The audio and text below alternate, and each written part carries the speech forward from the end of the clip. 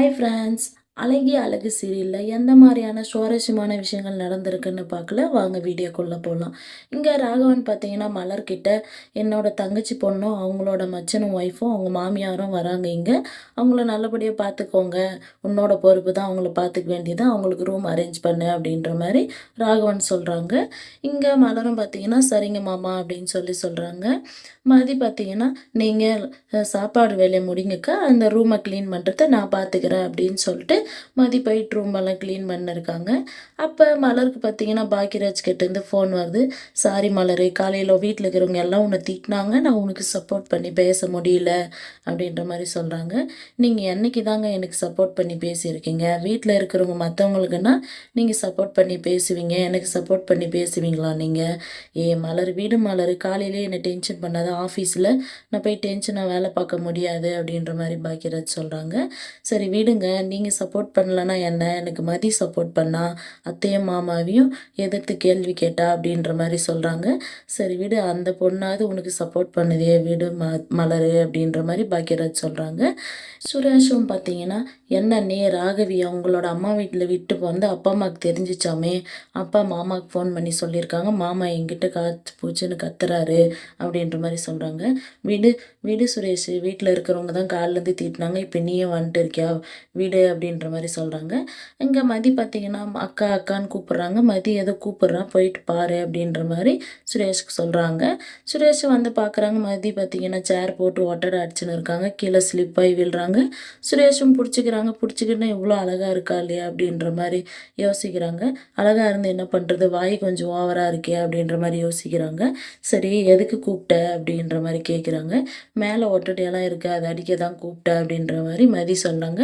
சுரேஷும் பார்த்தீங்கன்னா அதெல்லாம் க்ளீன் பண்ணிருக்காங்க. அப்போ ராஜலக்ஷ்மி பார்த்தீங்கன்னா யார் என் பையனுக்கு இந்த மாதிரி வேலையெல்லாம் வச்சுது, வீட்டுக்கு கெஸ்ட்டு வராங்க, இதெல்லாம் பார்த்தா என்ன நினைப்பாங்க அப்படின்ற மாதிரி அவங்க சொல்கிறாங்க. இங்கே ராகவன் பார்த்தீங்கன்னா மார்க்கெட் போயிட்டு வந்துட்டு சமையல் செய்யறதுக்கு வேண்டியானதெல்லாம் வாங்கிட்டு வந்து கொடுத்துட்டு, கெஸ்ட்டுங்க வராங்க, உங்களுக்கு வேண்டியானதெல்லாம் நல்லா பார்த்து செய் மலர் அப்படின்ற மாதிரி கொடுக்குறாங்க. மலரும் பார்த்தீங்கன்னா சரி மாமா அப்படின்னு சொல்லிட்டு வாங்கிட்டு போகிறாங்க. மதி பார்த்தீங்கன்னா என்னக்கா இவ்வளோ செய்யணுமா, எங்கள் வீட்டிலலாம் 1 2 தான் செய்வோம், மீதியெல்லாம் கடையில் தான் வாங்கிக்குவோம் அப்படின்ற மாதிரி சொல்கிறாங்க.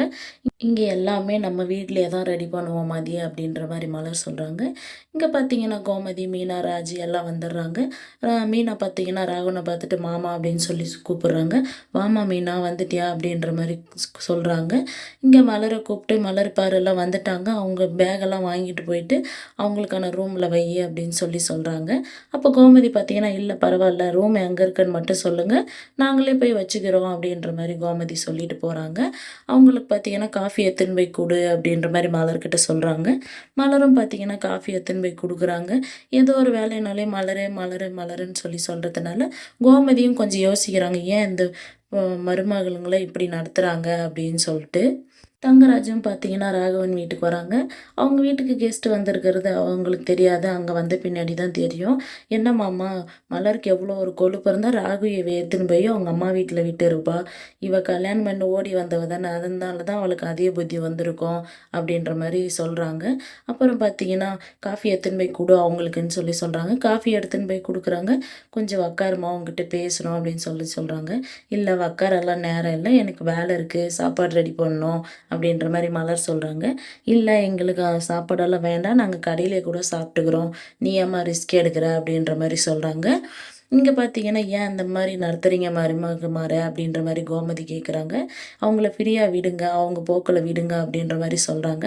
அதுக்கு ராஜலக்ஷ்மி பார்த்தீங்கன்னா என்ன நீ எல்லாம் உன்னோட ஏற்பாடு தான் நான் இது அப்படின்ற மாதிரி மலரை அடிக்க கை வாங்குறாங்க. மீனா பார்த்தீங்கன்னா கையை எட்டி பிடிச்சிடுறாங்க. இவ்வளோ ஒரு இதாவா நீங்கள் நடந்துப்பீங்க, நாங்கள் இதுக்கு மேலே அங்கே இருக்க மாட்டோம், இது ஏதோ மிலிட்ரி கேம்ப் மாதிரி இருக்குது, நாங்கள் கிளம்புறோம் அப்படின்ற மாதிரி மீனா சொல்கிறாங்க. ராகவன் பார்த்தீங்கன்னா இல்லைம்மா வேண்டாம், கெஸ்ட்டாக வந்துட்டு நீங்கள் இந்த மாதிரி கிளம்பக்கூடாது அப்படின்ற மாதிரி அவங்களும் சொல்கிறாங்க. சரி நாங்கள் கிளம்பக்கூடாதுன்னா நீங்கள் மலரை இந்த மாதிரி நடத்தக்கூடாது அப்படின்னு சொல்கிறாங்க. சரிம்மா நீ கிளம்ப வெறி, நாங்கள் எதுவும் மலரை டார்ச்சர் பண்ண மாட்டோம், எதுவும் நாங்கள் சொல்ல மாட்டோம் அப்படின்ற மாதிரி சொல்கிறாங்க.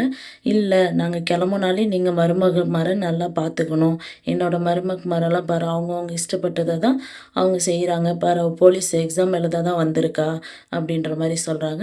சரிம்மா நாங்கள் அதே மாதிரி நடந்துக்கிறோம், நீங்கள் கிளம்பாதீங்க அப்படின்ற மாதிரி சொல்கிறாங்க. கோமதி பாக்கியவதி பார்த்தீங்கன்னா, அவங்க 2 மருமகமாருக்கும் சாரி வாங்கிட்டு வந்து குடுத்துட்டு, "இனிமே நல்லா பார்த்துக்கோங்க" அப்படின்ற மாரி சொல்றாங்க. சொல்லிட்டு பார்த்தீங்கன்னா, இவங்க கிளம்புற மாரி முடிச்சிருக்காங்க. அடுத்து எந்த மாரியான சுவாரஸ்யமான விஷயங்கள் நடக்குதுன்னு பார்க்கலாம். வெயிட் பண்ணுங்க.